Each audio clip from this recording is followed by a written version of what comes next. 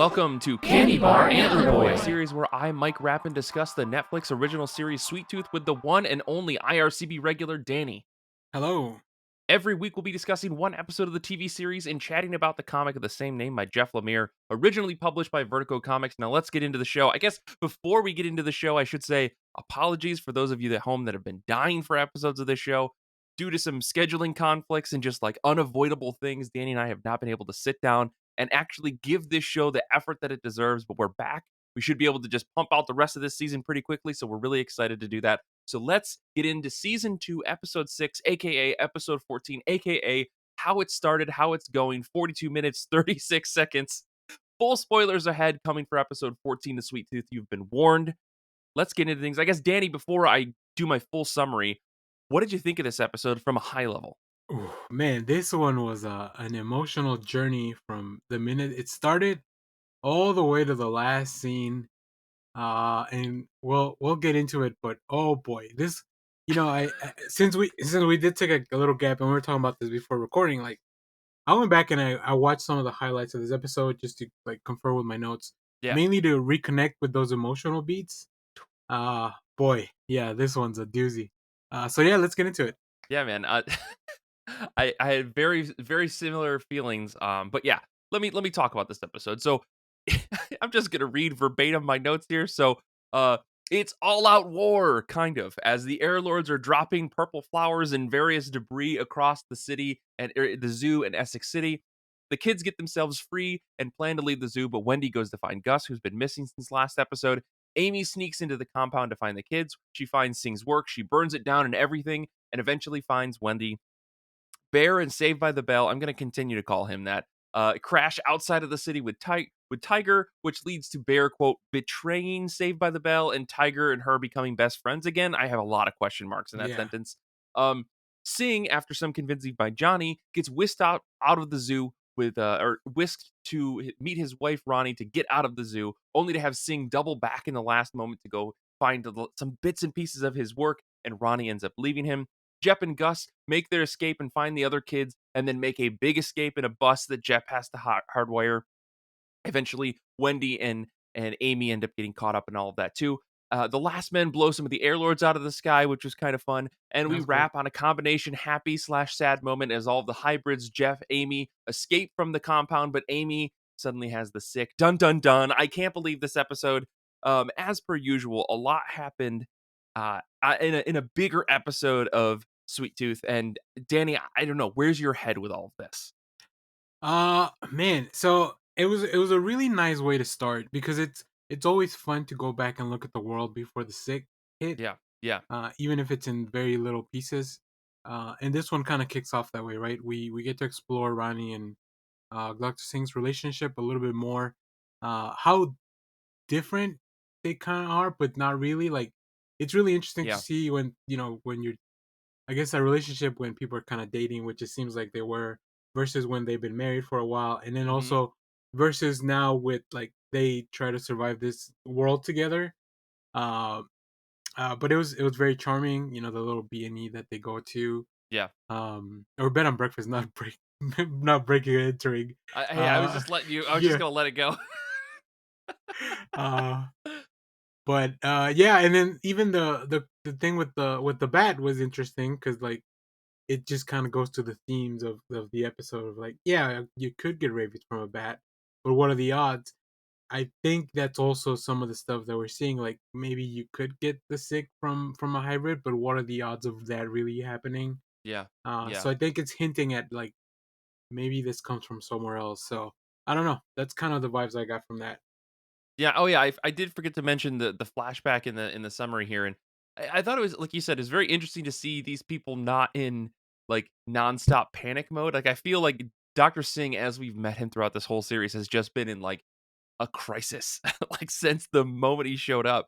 And to see him be a regular person, and we've seen some flashbacks before, but I think this is the first real flashback where we saw the two of them kind of being like in a cute relationship together and seeing where their relationship started and where it came from, and then to do this hard 180, I think, but the end of this episode where Ronnie is like, we just need to go, nothing matters. Like she said, I think she said this last episode, or maybe it was this Mm. episode, about how she's like, "I've decided that it's okay, that this is kind of how I go." And Singh obviously still obsessed with this cure, not only for everybody, but specifically for his wife, is at this point now just sacrificing time with his Yeah. wife for the selfish reason of, oh, we'll eventually maybe have time in the future, even though she has decided that it doesn't really matter that much to her. Um, yeah, man, it's heartbreaking because clearly they have a lot of love between each other. They had maybe a lot of Mhm. love between each other, and it is now very much gone. I think Ronnie has given up on trying to save Aditya, and so that's it. And I was like destroyed by the end of this, where Singh goes Yeah. back to his research, everything's on fire, and then he's like, "It's all gone," and she's gone, and it's like now you've truly lost everything, and it's all your fault. You know, like that was such a great moment. Yeah, I think unfortunately he's become a completely different person that who Ronnie like maybe fell in love with, and yeah, is and now he's kind of paying the price for it. You know, he Hmm. chose. It almost feels like that was a picking point, and we're kind of jumping around, but like, this is their through line for the episode. Like Hmm. he had to choose, and I don't know what he saw in the antler that was left by Gus. Like I don't know what came into his mind. Maybe we'll explore that in the next episode, but uh, for it to be so strong to like decide to have to go back Yeah. and kind of leave. I mean, he wasn't planning to leave Ronnie, but they were definitely not going to be safe, right? That was the main thing, get him to safety. So, Yeah. uh, I mean, from the perspective of why did he grab the antler? What was the significance?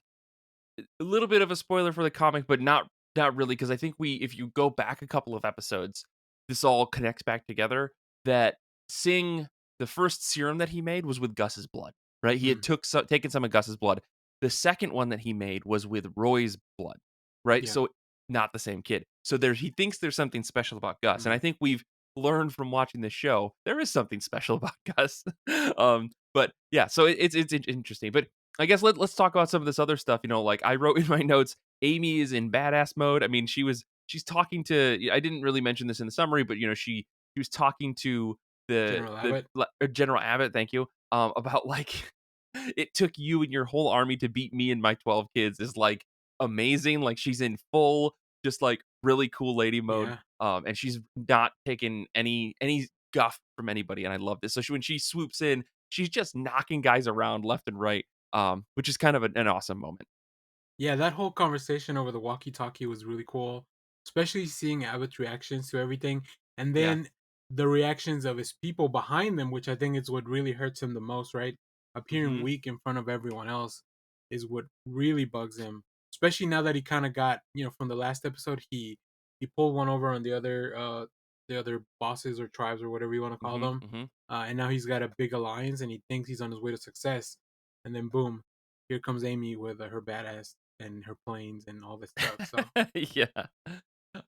Yeah, and it's interesting to think about that in comparison to the end of the episode too, right? Like this whole episode I think is a trial for Abbott in terms of, can you actually deliver on the abilities that you seem to be promising and threatening people with these air lords when they show up? You know, the last men have all this weaponry, and they're managed to take out a lot of the air lords from the sky at least.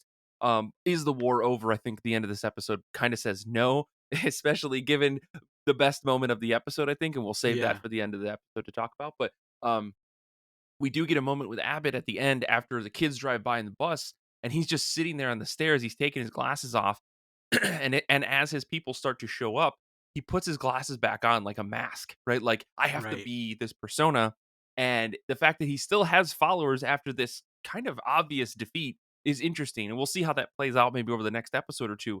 But yeah, I totally agree. Like he had to save face twice in this episode, which Yeah. is does not bode well for a dictator like leader as far as history has shown us, right? But yeah, so you know, this is a pretty fun, interesting episode to see like the last man actually being tested. But the other thing I do want to talk about is Bear. This was an interesting episode for Bear, if only because we got to see kind of why she's doing all of this, even though it's maybe the strangest explanation. You know, when she talks to Tiger, she's like, Yeah. "Why are you doing this? You're joining the last man." And she's like, "This kid's mom is alive." What did you think about all that, Danny? Man, that I said it in my notes. I just have, what's the deal with Bear's story? It's all over the place, and it's Mhm. just, it really feels like they wanted to add something like an extra element to the show, and it's just really not connecting with like, it does feel like a piece that was made specifically just for the show that just doesn't fit in this world. I like the Animal Army stuff from the beginning, like that was Mhm. cool, but it just like once you remove all the characters from that, and having this whole conflict of like, oh, look at this handsome boy that she might like, but also she's got to be loyal to her friend. Like Yeah. it just it it skews a little CW, and I'm like, well, if I wanted to watch a CW show, I'll just go watch it over there. Right, right. Uh, There's but 7 seasons of Riverdale that you could go watch right now. that's right. So yeah, I'm not super. I can't wait till she meets back up with the group because I think then maybe the Animal Army can help out the hybrids, which I hopefully that's the case, or at least Mhm. that's kind of where the story's going. Uh, but until then, yeah, Bear just kind of feels like it's in the back burner, not really getting a lot of the right attention. Yeah, it's so bizarre that, like, this story clearly is important enough that they've wanted to keep it, right? They could have written Bear out of the show at the end of last season, honestly, and they chose not to. So, the fact that she's still around and, like, still having all of these beats and moments kinda makes me wonder, like, they must have an end in mind for her, but they just really don't know how to connect the dots between, like, introducing a very cool idea in the Bear Army or excuse me, the Animal Army, and then getting her to that final Mm. moment. I don't know. She tells a story to Tiger that I kind of read as like she maybe killed Saved by the Bell's dad, and that was Yeah, like the whole yeah, thing weighing on her. But even then, like flesh that out, right? Like give Saved by the Bell, aka Jordan, like a moment to like actually argue with her, find out about that, like be pissed about it, give him a reason to double down in right. joining the last men, right? Like you can give these characters meaningful moments in the story, even if their story is kind of weak, to say like, oh, Bear's like waves that she's making as she's trying to get to Gus are having unforeseen consequences for our main character because now we've got this kid. Maybe she tells Jordan about like, oh, I'm after this kid. He's got antlers. He's really important for whatever her bad reason needs to be. Then Jordan finds out she killed his dad, and then he doubles down in the last army and then Yeah, he knows some information, right? Like make it pay off for us, folks. Right now it doesn't feel like it's doing that, or at least not in a way that's obvious. Like we don't know the next episode, maybe he does double down and go to the last army or last men army because she doesn't really follow up with him. Bear just kind of goes on her own and then Tiger goes, yeah. "Hey, I know you kicked me out, but like we're friends again." And they have this weird pushing match and I While don't while trying to avoid like flying refrigerators dropping on them. yeah. Which, like, I guess talk in as far as, like, instead of dropping bombs, dropping just random large objects is Yeah. probably pretty devastating too, right? Yeah, I mean, they don't have access to bombs and stuff probably, or they want to save those for like the end game or whatever. But yeah, it's really interesting. Mhm, I love that whole sequence of like from the moment the barrels drop with the purple flowers mhm. and the dust and all that stuff. Like I was like, oh, like the episode really got going very well. Totally, Um, totally. which was kind of the shame of like being interrupted by this bear story that was really not taking us anywhere. Yeah. Um, Yeah. I mean, eventually they have to catch up, which, of course, like, Bear now I don't know. I think the implication in the end of this episode with Bear's story was that, "Oh, no, the our animal army is ready to have you come mhm, back. You're not alone. You're not the only person that can fight back against these people." Because I think to a certain extent, it makes sense to say these kids and Jeff and Aimee can't fight back against the last men. They can't right. fight back against all of these adults. So why not introduce the animal army as this kind of like driving guerrilla force that can help these kids without having the kids having to commit war crimes, right? Yeah. Yeah, I do think they've been planting seeds of people that will rise up against the last man. So we now have Totally. the people at Freeport. Like they will find out they've been bamboozled because there Yeah. is no cure. Yeah. Uh, and then also the air. What do they call the airmen? The air lords. The air lords. Yeah. Thank you. Yeah. So like, there's definitely people out there that will stand up, and also those other groups, even though they've lost their leaders, like they're gonna find out like, oh, they betrayed us. So like, Mhm. I think Mhm. they're setting that up. I don't know if that'll happen this season or maybe next season. So it'll be interesting. But I do love seeing this whole battle. Like I said, from the moment the barrel dropped, uh, I will say Abbott never tried to put on a mask, and that's interesting. While Yeah, escaping from everything, yeah, like everyone else, kind of masked up, and he was just like, I don't know, to maintain his bad guy persona or badass persona. yeah. But it feels very unsafe. It's funny that you say that because I thought about that as well in terms of he can't. I think a good, like you said, a good dictator like really can't hide and change their look, Yeah, right? So like when he's Abbott, he needs to always be portrayed as the same Abbott, and I think we saw him wear a mask once before, but like that was when they took that guy out into the desert, right? And yeah, so it was yeah. only like a small like couple of people versus like this is the whole army that he's like leading right now. Mm. So I think that was just done for image, not for anything else, which we'll see how that plays out, right? If anybody can get sick, who knows, right? Yeah. Well, I mean, we find out later that those were fake flowers, anyways. Yeah, that's true. So, but he didn't know that at the time, right? Yeah. So, even when he does find out the fake one and like he takes a bite out of it, he realizes that it's plastic. Yeah. There has to be just safer ways to try all that stuff out, I think. But uh, Not in the middle of a war zone, Danny. yeah, I guess Um, not. so okay, the other thing I wanted to talk about, big moment in this episode was Johnny, right? It's a small Yes. scene. He gets a small scene where he like grabs Singh and he talks to Ronnie. And she says, I just want to be together and free. And Johnny then says, like, he gets Singh and Ronnie together, and he's like, "Okay, now go." And they're like, "No, come with us." And he says, Yeah. "My brother needs me." What was going through your mind there, Danny? Dude, Johnny has become probably one of my favorite characters this season. He's just so good. It's his arc has been great. I I do feel that he's gonna end up not so much betraying Abbott, but just like realizing that his brother was wrong Mhm. and he may be the one that has to do something about it. And I think this whole season has been building him the courage to do that. Sure. Uh, and the actor that plays him is great. Like he's just playing it. He goes from, he turns on the Johnny little brother persona very quickly too, like Yeah. Abbott does. Yeah. So I love to see that. And yeah, I like Johnny a lot. He's just even with his mullet, he's still out there kicking ass. I know. I know that, like you said, the actor does a great job of being kind of almost pathetic, but also, Yeah. like, he clearly has a lot of heart at the same time, like, Mhm. they've managed to ride that line that I think is really tough of being empathetic without being, like, you don't pity them at the same time, Yeah. right? Yeah. Um, and especially in a dire situation. So, like, I totally wonder how they're gonna take this in the comic because right now we're kind of veering away from where things kinda go in the comic as far as who does what and when. Mm. Um, and so how they're gonna play out this relationship between Johnny and Abbott is I wonder if Johnny still thinks at the end of the day that like not only does he believe that his brother is like still a good person somewhere underneath, but that he can save him in some way, right? That like despite all of this bad stuff, Johnny will at least be able to say, "Okay, now Doug, it's time to just like we're gonna close up shop and you and I are gonna be okay together," you know? Um, Yeah. that feels kind of absurd for me to even say out loud, but I wonder if that's kind of the machinations we're supposed to get from this character who clearly just loves his brother and wants to take care of him. Or at least wants to be there for him, if not take care of him. So I don't know, man. It's really interesting, beautiful moment, I think, in this episode to be like you had the opportunity to leave and Mm. get away from all this craziness that you clearly don't want to be a part of, but you care about your brother, and that's why you're gonna stay. It's like, damn, Johnny.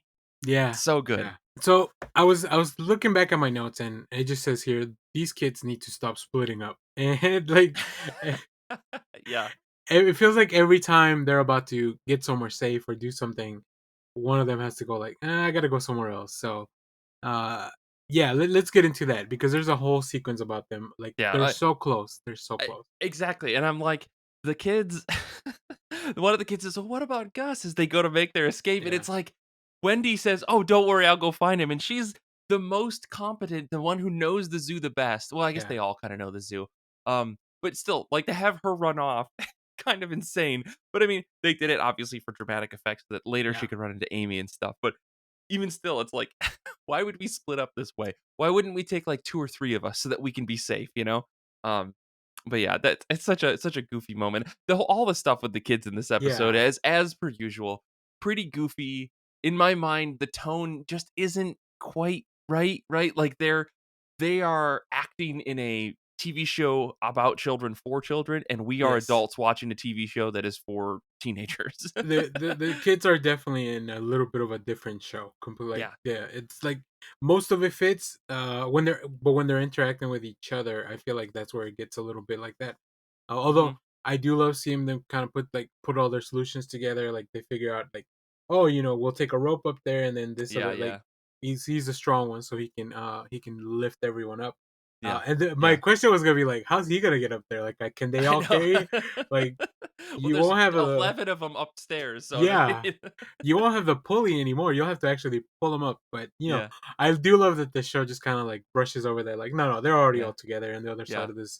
of this wall they were trying to climb. So, yeah. But like to your other point, like, yeah, Amy. Sorry, I mean, damn Wendy? it. Yeah, Wendy.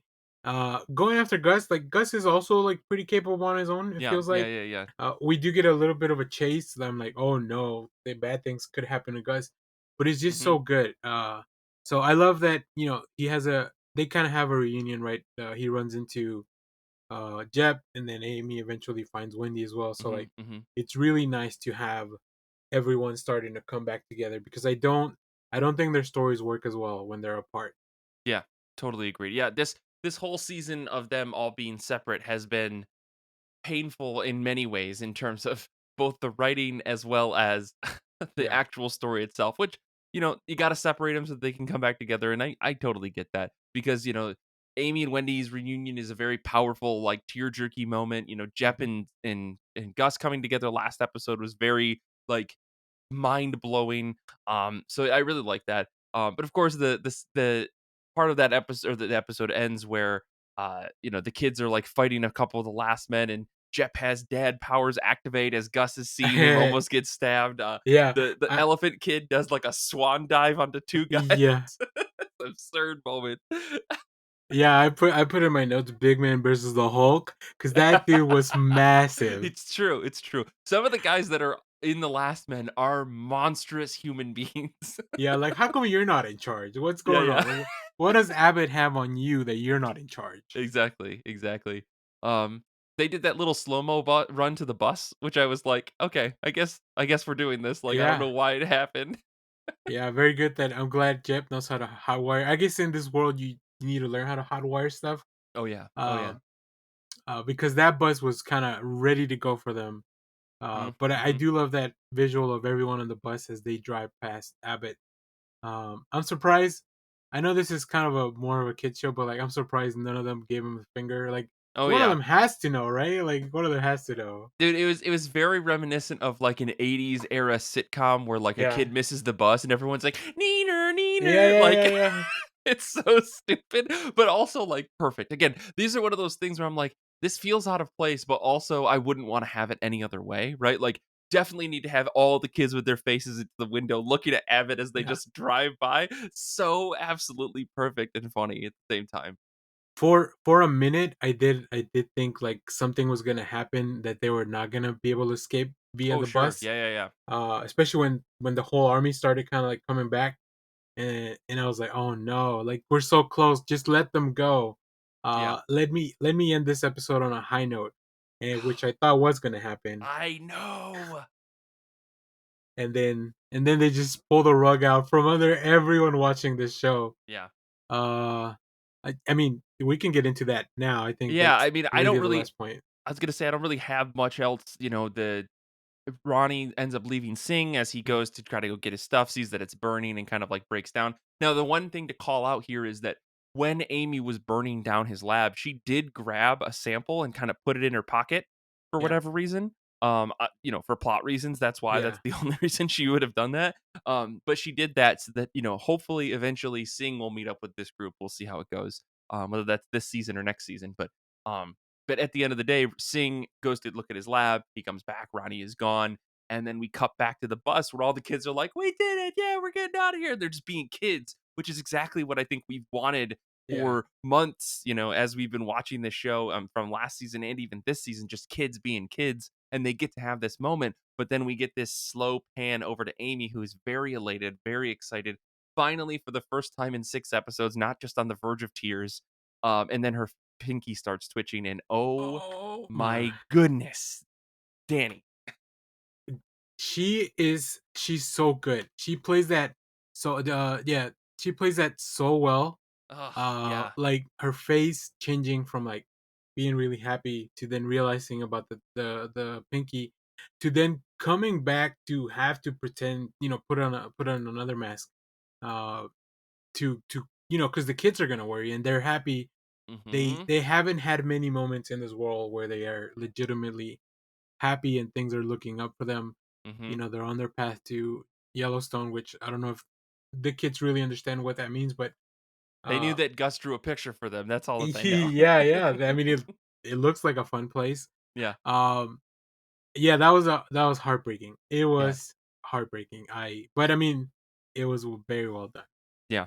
I will say, and that moment is really like interesting because it's gonna really basically define, I think, the end of this season and probably into next season. My guess is that this is the moment that is going to define like this question of like what do we do with the cure now that Ronnie is out on her own. I honestly think this will be the last time we see Ronnie in the show. What happened in this episode where she's kind of just walking, she's off when we see these horses, and she's kind of just like free on her own, like she's Yeah, miles away from the comp or from the zoo. And I think that's just kind of it for her story. I am perfectly okay with that because she got to basically make her choice about her life, right? She's no I longer agree. living under this like half pressure of her husband just saying, "Wait, just wait, just wait," and she has to go living through these, all these rough places, and now she kinda just gets to make her own decisions, which is great. So now it's the question of what is the point of the cure? Yep. Obviously, Singh wants to save everybody, but I think now that we have stakes as viewers, it's not just Ronnie, it's gonna be Aimee as well. Right. Um, the one other thing that I forgot to call out is Bobby. Let's talk about Oh Bobby yeah. here Let's before we talk about wrap up Bobby. this here episode, man, because that moment where all the kids are escaping and they're all like, "What happened to Gus?" In my head, I was like, "What happened to Bobby?" Right? Didn't he Yeah. escape before? And Bobby's just all over the place, man. You can't pin him down. right, of all the characters, everybody knows that, like, Bobby is the one that can take care of himself the most. Yeah. So Bobby's gone. In this episode, we reveal one of the Air Lords gets shot down specifically by Abbot, which is kind of a cool moment of Abbot just lifting up one of the things from his glasses so that he can properly aim this bazooka at this guy's plane. The guy crashes, and this is the same guy who's like, "I'm gonna get my hands on one of these tanks." And Bobby comes up from underneath one of his parachute and they have a little conversation. He's like, "Hey, Yeah. man, do you know where the tank is?" What was going through your mind there, Danny? I mean, the first thing was like, if Bobby doesn't drive a tank, then I'm done with this show.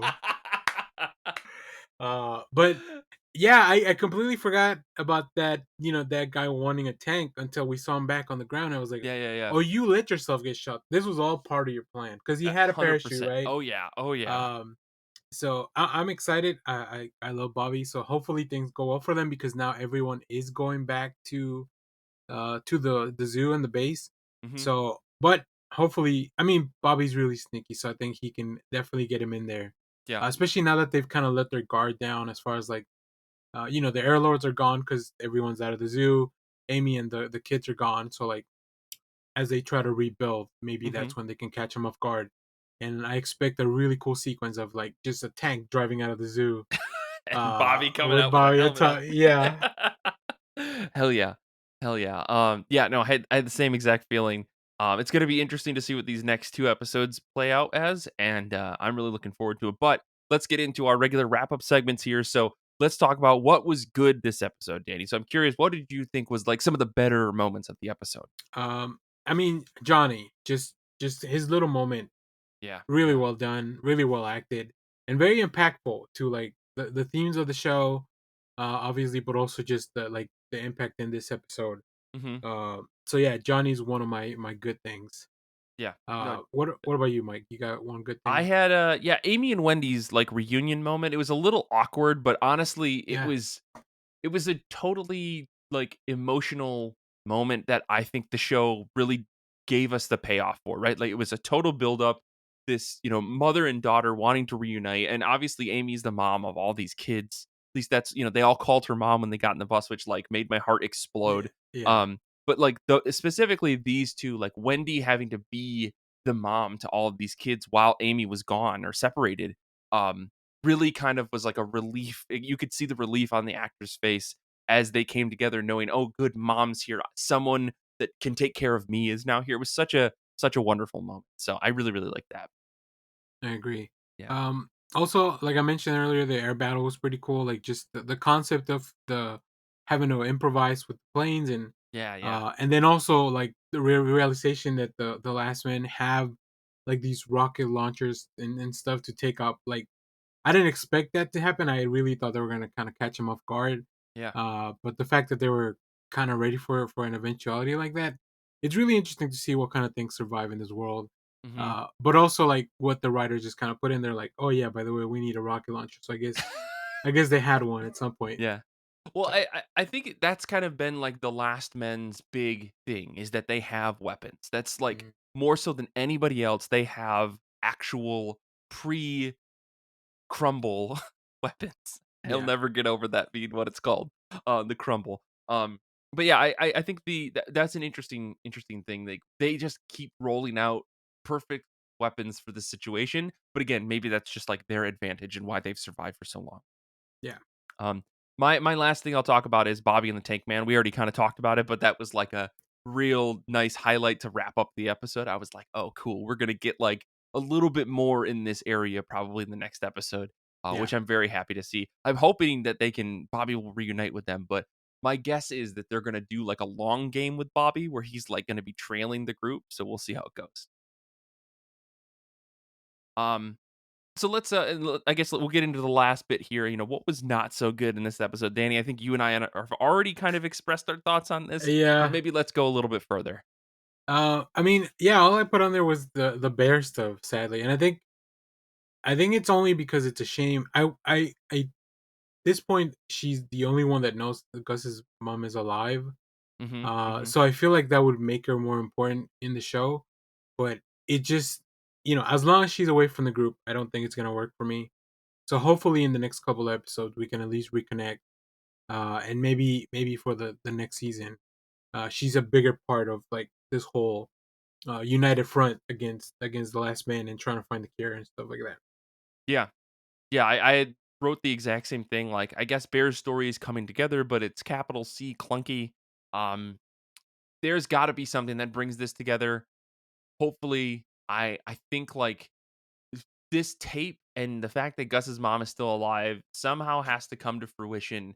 Maybe Bear is the catalyst that makes that happen. Mhm. But it does feel really, really weak still. Even 6 episodes into a season, it still feels pretty weak. Yeah. And that's kind of a shame. So we'll see how it goes. So, any final thoughts for this episode, Danny? Or are you just looking forward to the Uh next two? no, yeah, I'm just kind of looking. So I'm just looking forward to it because I don't know, knowing that we do have one more season. I don't know how Mhm. much of the story we're gonna get. Like I don't know what the end point would be now. I don't think it would be a final confrontation with the last man, but Yeah. I also don't think it'd be like I don't think anything's gonna get fully resolved. So I want to know how the showrunners are gonna leave us at a place where I'm really excited to come back for the next season. Yeah, I 100% agree. I definitely thought this season was going to end with the last men, and the fact that it's not makes me think that they're going to do a bigger reveal about the true nature of the story. Like, given all the spoilers that I know from the comic and kind of some of the stuff that was hinted at earlier in this season, I think it's going to tie back around to some of that stuff in Alaska. It's going to be really interesting to see how that plays out, and whether or not the gang even gets to Yellowstone. Who knows? I mean, right now they're in like a big cross country journey.